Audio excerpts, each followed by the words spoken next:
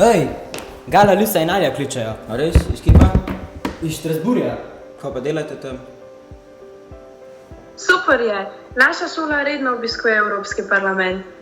Ravnokar smo si ogledali mesto, sedaj gremo v parlament, kjer bomo v vlogi poslancev. Srečali se bomo z vladami iz vseh držav EU, še dobro, da znamo angleško. Mene pa to zelo zanima.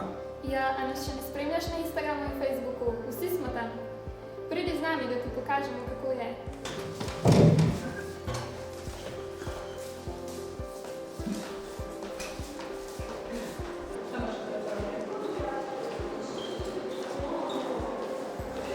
Hvala.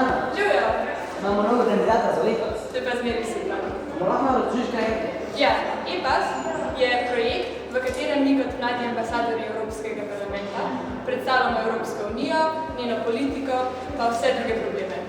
In o tem obveščamo naše sošolce na Facebooku pa Instagramu. Itak je pa najbolj, da gremo na konec leta lahko v Strasbourg.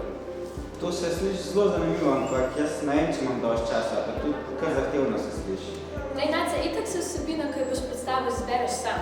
Pa še lahko delaš z različnimi aplikacijami. Če ti pa karkoli našlo, imaš pa mentorje, da ti za to pomagajo. Poleg tega pa itak lahko delaš v skupini ali pa tudi sam, če ti je tako lažje. Če se pa zaradi časa sekiraš, itak imamo za vsak projekt čisto dovolj časa. Pa še projekt lahko narediš v kvizu, v videoposnetku ali pa na plakatu. Lahko sodeluješ pri pogovorih s poslanci Evropskega parlamenta ali pri izvedbi dogodka na Dan Evrope. Nace, a veš, da slikamo v Sloveniji najboljši objave za nagrado kulture v Strasbourg? Kolikokrat nas je poslanci povabijo v gost? Zanimiv. Kje se pa lahko prijavim v EPAS?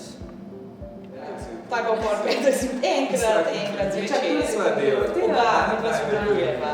Ja, sodelujeva, da že na dome. O, dobar dan, ja, koga ste pa pripeljali? Novega kandidata za EPAS. Ja, vsakega novega člana smo veseli. Also, herzlich willkommen. Welcome. Bienvenue.